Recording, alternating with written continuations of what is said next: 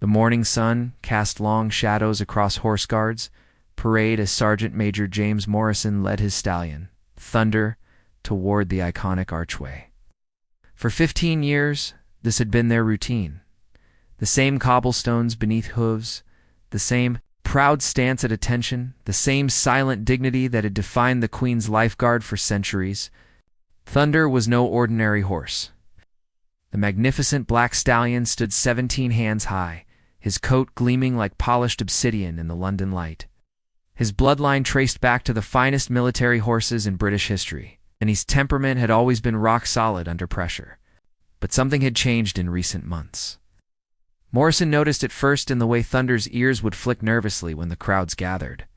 The horse that had once stood motionless for hours during ceremonial duties now showed signs of stress that worried the experienced cavalry officer. The problem wasn't Thunder's training or Morrison's horsemanship. It was the tourists. What had once been respectful admiration from a distance had transformed into something entirely different. Visitors to London now treated the horse guards not as working military personnel, but as living tourist attractions, props for their social media posts and vacation photos. The change had been gradual at first, barely noticeable to anyone except those who worked there daily. But as smartphones became ubiquitous and social media transformed travel behavior, the situation at horse guards had become increasingly problematic. Morrison remembered when tourists would maintain a respectful distance, perhaps taking a photograph from several feet away, while acknowledging the solemnity of the ceremonial guard duty. Those days seemed like ancient history now. Today's visitors approached with an entitled familiarity that would have been unthinkable just a decade earlier. They pressed close to the horses, often ignoring clearly posted signs and the presence of police officers stationed nearby specifically to manage crowd control. The breaking point came on a particularly busy Tuesday in late summer. Morrison and Thunder had taken their position at the mount for what should have been a routine two-hour guard duty. The weather was perfect, clear skies and mild temperatures that drew thousands of tourists to the historic area around Whitehall. Within minutes of taking position, crowds began to gather in the familiar pattern that had become Morrison's daily challenge. A group of teenagers approached first, smartphones already recording as they walked directly toward Thunder's front legs. Morrison maintained his stoic expression as protocol demanded, but he could feel the stallion's muscles tensing beneath him. The teens began posing for selfies, each trying to get closer than the last, their voices growing louder and more excited as they competed for the perfect shot. One girl actually reached out to touch Thunder's neck while her friend recorded the interaction. Thunder's reaction was immediate and concerning. The stallion's breathing quickened. Morrison felt the familiar tremor that indicated his mount was becoming genuinely distressed. Years of training had taught Morrison to read every subtle sign from his horses, and what he was sensing from Thunder went far beyond normal alertness or mild irritation. This was real anxiety, the kind that could escalate quickly into a dangerous situation for everyone involved. As the morning progressed, the pattern repeated itself dozens of times. Families with small children who ran directly toward the horses without supervision. Tour groups whose guides encouraged closer and closer approaches for better photographs. Individual tourists who seemed to believe the mounted guards were simply elaborate. Street performers rather than active military personnel carrying out official duties. Each interaction left Thunder more agitated than the last. Morrison found himself working harder to keep the stallion calm, using subtle leg pressure and gentle rein contact to provide reassurance. But he could feel his mount's confidence eroding. With each flash of a camera, each unexpected movement from the crowd, each instance of someone treating them like a theme park attraction rather than working soldiers. The situation reached its peak when a large tour group surrounded them completely, creating a pressing wall of bodies and cameras. Thunder's head shot up, his nostrils flaring as the crowd closed in from all sides. Morrison felt the stallion gather himself, muscles coiling with the instinct to bolt or rear. For a terrifying moment, the experienced sergeant major wasn't certain he could maintain control of his mount in the face of what Thunder clearly perceived as a threatening situation. That evening, as Morrison cooled down Thunder in the stables, behind the barracks, he made a decision that would mark the end of an era. The horse that had served with such distinction, that had never failed in his duty, that had been the pride of the regiment, could no longer safely perform his ceremonial role. The tourists hadn't just changed the nature of their work, they had made it impossible for some horses to continue serving at all. The decision to withdraw Thunder from active duty didn't come easily to Sergeant Major Morrison or the commanding officers at Horse Guards. Military tradition runs deep in British cavalry regiments where horses and riders form partnerships that often span decades. The bond between Morrison and Thunder represented 15 years of shared service, countless ceremonial duties, and a level of trust that made them function as a single unit during their guard duties. Colonel Patricia Hensworth, commanding officer of the Household Cavalry Mounted Regiment, called Morrison into her office 3 days after the incident with the tour group. The meeting was formal, but tinged with the sadness that comes when military personnel must confront the changing realities of their service. Hensworth had served for 30 years, and had witnessed firsthand how the relationship between the public and the military had evolved over the decades. The statistics she shared with Morrison painted a clear picture of the escalating problem. Incident reports involving tourists and the mounted guards had increased by 400% over the past 5 years. What had once been isolated cases of overeager visitors now occurred multiple times during every guard duty. The regiment's veterinarian had documented increased stress indicators in nearly half of the ceremonial horses, including elevated cortisol levels, disrupted eating patterns, and behavioral changes that suggested chronic anxiety. Thunder's case was particularly concerning. Because of his previously stellar service record, the stallion had performed guard duty during state visits, royal ceremonies, and major public events without ever showing signs of distress. His sudden deterioration highlighted how dramatically the environment around horse guards had changed. If a horse of Thunder's experience and temperament could no longer cope with the demands of ceremonial duty, it raised serious questions about the future of the mounted guard tradition. The colonel explained that the regiment had tried various solutions to address the tourist problem. Additional barriers had been installed, more police officers were assigned to crowd control, and clearer signage had been posted warning visitors about appropriate behavior around working military horses. None of these measures had proven effective against the fundamental shift in how tourists approached their interaction with the guards. Social media had transformed the nature of tourism in ways that the military establishment had been slow to recognize. Visitors no longer came to observe and appreciate historical traditions. They came to create content for their online profiles. The difference was profound and had far-reaching implications for institutions like horse guards that depended on public access to fulfill their ceremonial roles. Morrison learned that Thunder wasn't the first horse to be withdrawn from ceremonial duties due to tourist-related stress. 2 other stallions had been quietly reassigned to training roles over the past 18 months. Their careers cut short by the same pressures that were now affecting Thunder. The regiment had managed to keep these withdrawals out of the public eye, concerned that media attention might either worsen the tourist problem or create political pressure to end the mounted guard tradition altogether. The conversation turned to Thunder's future within the regiment.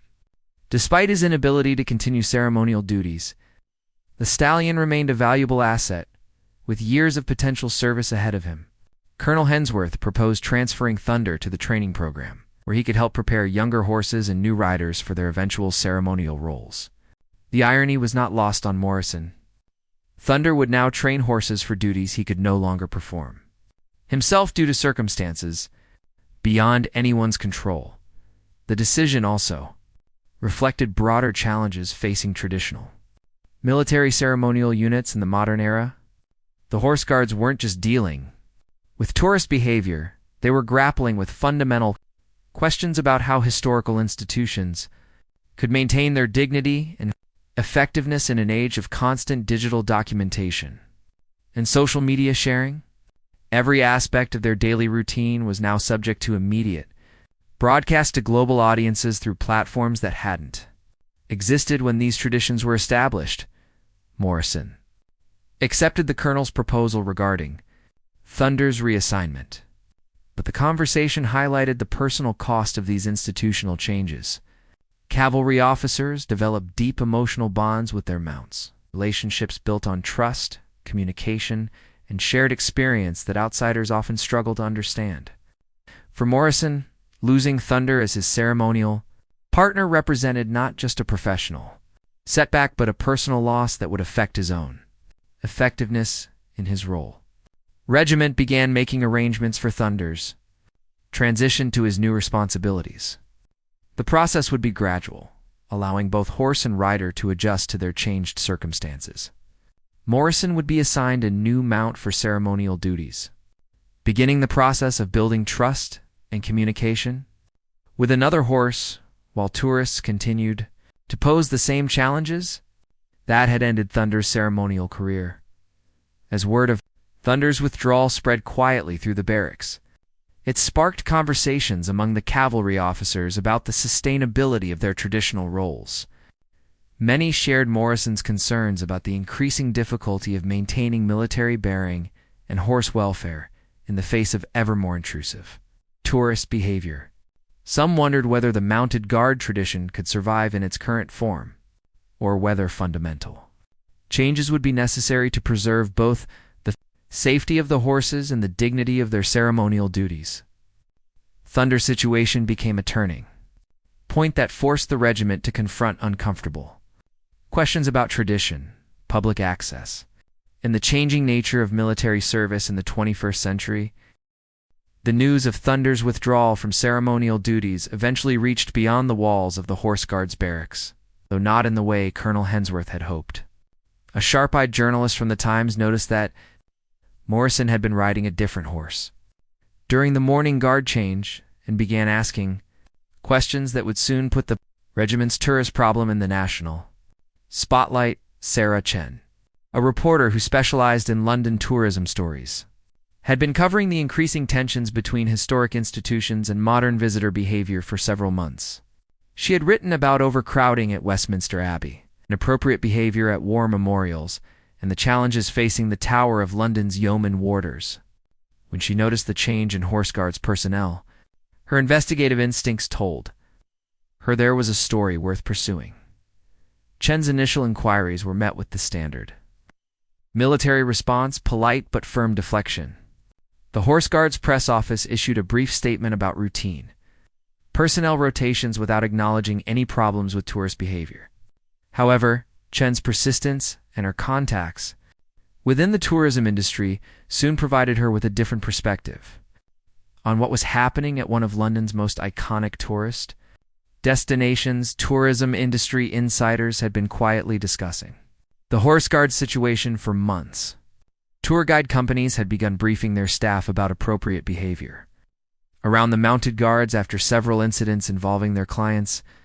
Hotel concierges reported increasing numbers of guest complaints about not being able to get close enough to the horses for photographs. Travel review websites showed a growing number of negative comments from visitors who felt the guards were unnecessarily strict about maintaining distance.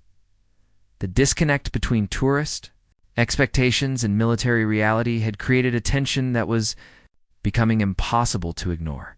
Visitors arrived at Horse Guards with images in their minds shaped by movies, television shows, and social media posts that portrayed the guards as colorful characters in a living museum rather than active military personnel performing real duties. The gap between fantasy and reality was causing frustration on both sides of the tourist soldier interaction. Chen's breakthrough came when she connected with Dr. Amanda Foster, an animal behaviorist who had been consulted by the regiment about their horses' stress responses. While Dr. Foster couldn't discuss specific cases due to confidentiality agreements, she was willing to speak generally about the impact of modern tourism on working animals in urban environments. Her insights painted a troubling picture of how constant exposure to crowds, cameras, and unpredictable human behavior was affecting horses that had been bred and trained for military service. The expert explained that horses are prey animals with highly developed threat detection instincts. What tourists saw as harmless fun, sudden movements, loud noises, flashing cameras, and pressing crowds triggered these instincts in ways that could cause significant psychological stress over time. Modern tourist behavior, particularly the emphasis on getting as close as possible for photos and videos, created an environment that was fundamentally incompatible with the horses? Well, dash being Dr. Foster's. Research had documented similar problems at tourist destinations around the world where working animals interacted with the public. The common thread was always the same: animals that had previously performed their duties without problems began showing stress behaviors as tourist numbers increased and visitor behavior became more aggressive.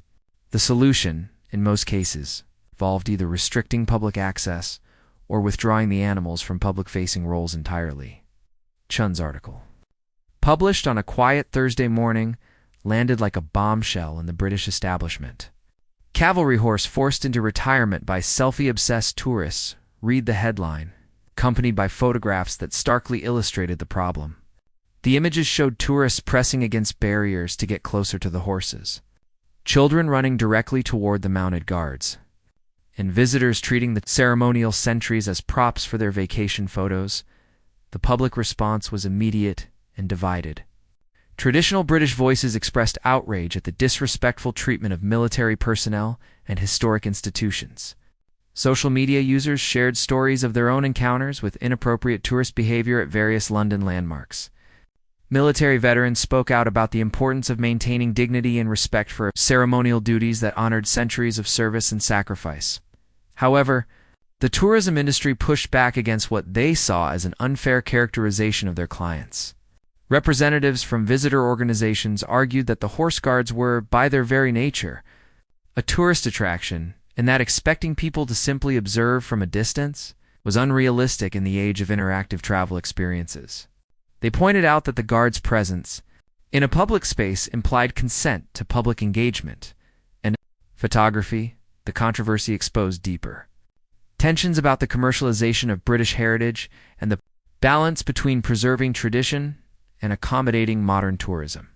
London's economy depended heavily on tourism revenue, and the horse guards were undeniably one of the city's major draws for international visitors. The suggestion that tourist behavior might force changes to this iconic attraction raised uncomfortable questions about priorities and values. Media coverage intensified when other European cities with similar ceremonial guard traditions began sharing their own experiences. The Swiss Guard at the Vatican reported similar problems, as did the guards at various royal palaces across the continent. The issue is clearly not unique to London, suggesting that the conflict between traditional ceremonial duties and modern tourist behavior was a broader phenomenon requiring coordinated responses. The government found itself in an awkward position, caught between supporting military traditions and maintaining London's reputation as a welcoming destination for international visitors. Tourism Minister Rebecca Hartwell issued a carefully worded statement, calling for mutual respect and understanding while avoiding any specific criticism of tourist behavior or suggestions for policy changes.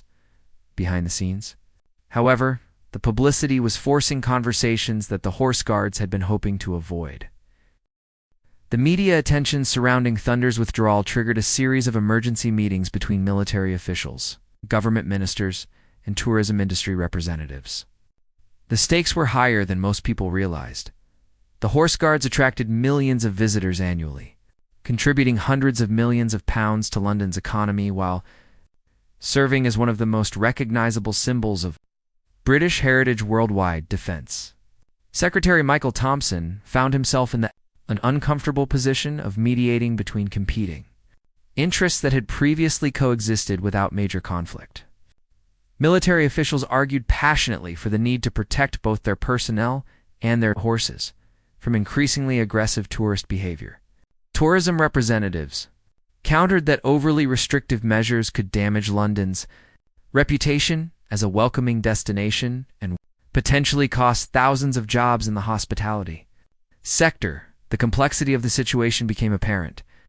During the first insurgency meeting held at the Ministry of Defense, Colonel Hensworth presented detailed documentation of the escalating problems faced by the mounted regiment, including veterinary reports showing stress-related health issues in multiple horses and incident reports documenting increasingly dangerous situations involving tourists and military personnel. The evidence was compelling and impossible to dismiss. Tourism industry representatives, however, came armed with their own data.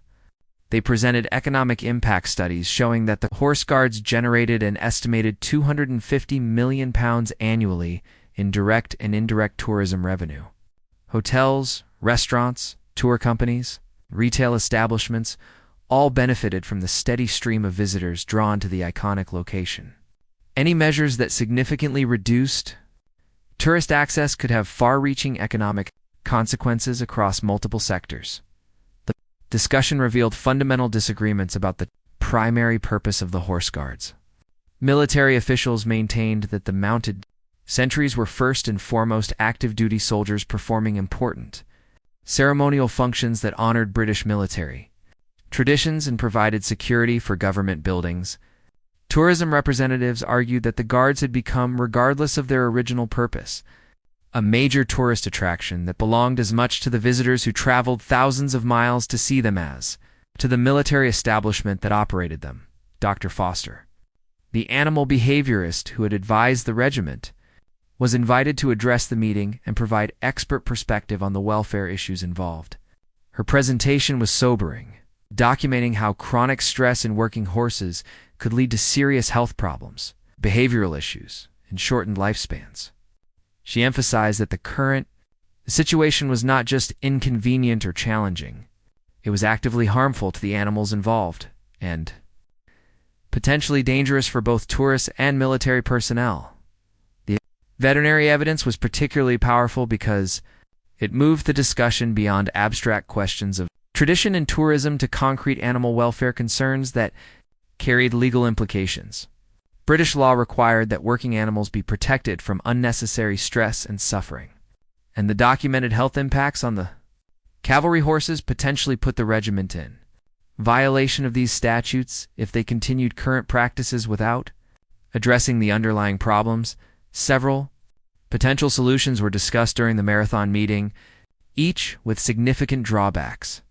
Installing more substantial barriers around the mounted guards would provide better protection for the horses, but would dramatically alter the visual aesthetics that made the location attractive to photographers. Limiting the number of visitors through a reservation, the system could reduce crowding but would be practically impossible to implement in a public space like horse guards. Parade. Moving the ceremonial duties to a less accessible location was briefly considered but quickly dismissed as it would defeat the historical purpose of the horse guards, which was to provide visible security and ceremony at the heart of British government. The symbolic importance of the location, adjacent to Downing Street in the main government offices, was integral to the role the guards played in British constitutional traditions. Some officials suggested following the example of Buckingham Palace, where the famous red-coated guards were protected by substantial barriers and restricted access areas. However, the horse guard situation was fundamentally different because the mounted sentries needed to remain accessible for their security functions while also maintaining the dignity required for ceremonial duties. The compromise solutions that worked for Palace. Guards were not easily adapted to cavalry personnel. International examples provided some guidance, but no perfect models. The Swiss Guard at Vatican City operated under very different circumstances, with much greater control over visitor access. Royal Guards in other European capitals faced similar challenges, but had implemented solutions that often involved reducing the frequency of ceremonial duties or limiting public access during certain times, options that would be difficult to implement at horse guards. Given its central role in British governmental and ceremonial life, the economic pressures were particularly intense because the tourism industry was still recovering from the impacts of recent global disruptions. London's position as a major international destination depended partly on maintaining access to iconic attractions like the horse guards, and any perception that the city was becoming less welcoming to visitors could have lasting competitive disadvantages against other European capital cities. Tourism officials also pointed out that the problem was not entirely one-sided. While some visitors were certainly behaving inappropriately, the vast majority were respectful tourists who simply wanted to appreciate a piece of living history, implementing broad restrictions that affected all visitors in response to the poor. Behavior of a minority seemed disproportionate and potentially counterproductive. The meeting concluded without resolution, but with a commitment to develop a comprehensive plan that would address military, animal welfare, and economic concerns. A working group was established with representatives from all stakeholder groups, tasked with developing specific recommendations within 30 days. The urgency was real. Summer tourist season was approaching. The problems would only intensify as visitor numbers increased with better weather and school holidays. The working group's 30-day deadline forced an intensive examination of innovative solutions that could balance the competing demands of military tradition, animal welfare, and tourism economics. The team included military historians, urban planning experts, animal welfare specialists, and tourism industry professionals who approached the problem from dramatically different perspectives but shared a common goal of preserving the horse guard's tradition in sustainable form. One of the most promising proposals emerged from an unexpected source, a technology company that specialized in crowd management solutions for major events and tourist attractions. They presented a sophisticated monitoring system that could track visitor density and movement patterns in real time, allowing guards and police to anticipate and manage problematic situations before they escalated. Sensors embedded in the ground could detect when crowds were pressing too close to the horses, triggering discreet alerts to security personnel stationed around the perimeter. The technology solution appealed to tourism industry representatives because it promised to improve visitor experience while addressing safety concerns. Rather than implementing blanket restrictions that might discourage tourism, the system would allow for dynamic management that could accommodate large crowds during peak times while ensuring appropriate spacing around the horses. Interactive displays could provide visitors with historical information and photos, opportunities that might reduce their felt need to approach the actual guards. Military officials were more skeptical about technological solutions, concerned that introducing electronic monitoring and automated crowd control might undermine the traditional dignity of ceremonial duties that had remained essentially unchanged for centuries. The Horse Guards represented continuity with Britain's military heritage, and there was reluctance to modernize in ways that might alter the fundamental character of the institution. Dr. Foster proposed a complementary approach focusing on horse selection and training modifications. She suggested that the regiment could identify horses with temperaments better suited to high-stress tourist environments while developing specialized training protocols that would help cavalry mounts cope with modern crowd conditions. This approach would preserve the traditional structure of the Horse Guards, while adapting to contemporary realities. The training modifications would include gradual exposure to simulated tourist conditions, including recordings of crowd noise, camera flashes, and unexpected movements that horses would encounter during actual duty. Horses showing exceptional resilience could be designated for ceremonial roles, while those more sensitive to stress could be assigned to other military functions where they could serve effectively without public exposure. International consultation provided additional insights from military and tourism officials in other countries facing similar challenges. The Canadian Mounted Police had successfully implemented a rotating schedule that limited individual horses exposure to tourist areas while maintaining continuous public presence. French Republican Guard cavalry had created designated photo areas that allowed tourist interaction while protecting working horses during actual ceremonial functions.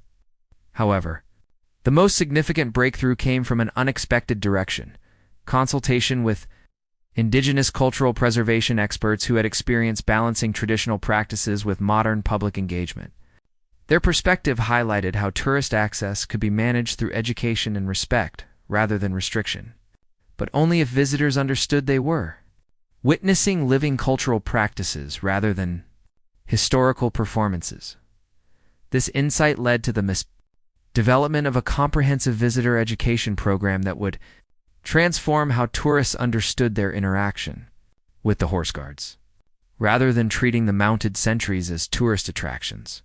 Visitors would be introduced to their actual military functions, the historical significance of their duties, and the partnership between riders and horses that made their service possible.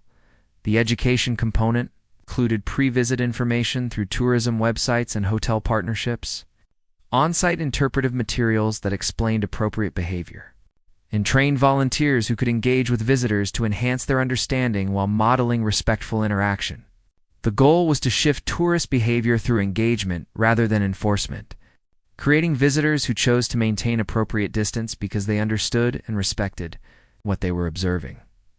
Financial modeling suggested that the comprehensive approach combining technology, training modifications, and visitor education could be implemented for roughly £12 million over 3 years. While substantial, this investment was modest, compared to the potential economic losses if tourist access had to be severely restricted or if the horse guards tradition was forced to end due to animal welfare concerns. The working group also addressed the specific case of horses like Thunder who had already been affected by tourist-related stress. A rehabilitation program was proposed that would gradually reintroduce affected horses to public environments using the new training protocols and technological support systems. Some horses might be able to return to ceremonial duties, while others could transition to educational roles that would utilize their training while avoiding the stress of active guard duty.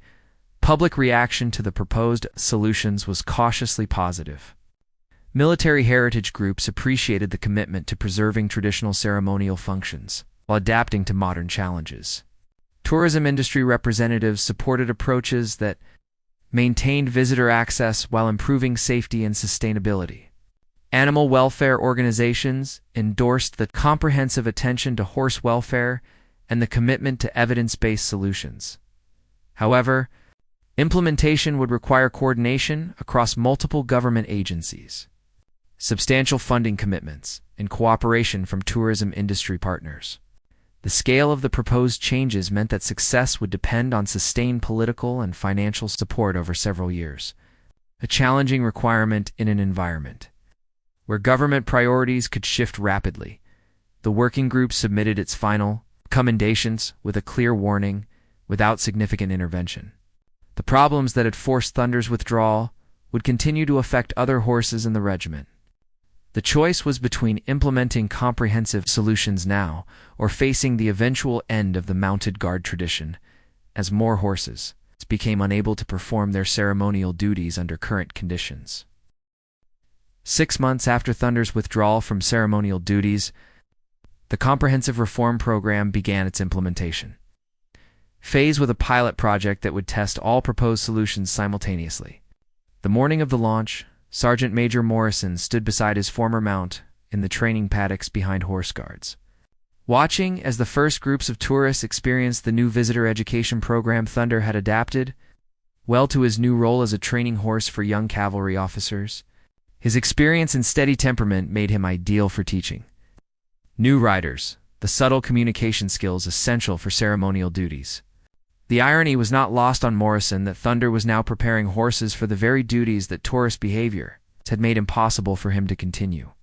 Yet there was dignity in this new purpose, and the stallion seemed content with work that utilized his skills without the stress of public exposure. The technological innovations proved more effective than skeptics had expected. The crowd monitoring system provided early warning when visitor density approached problematic levels, allowing security personnel to redirect tourists before situations became dangerous for the horses.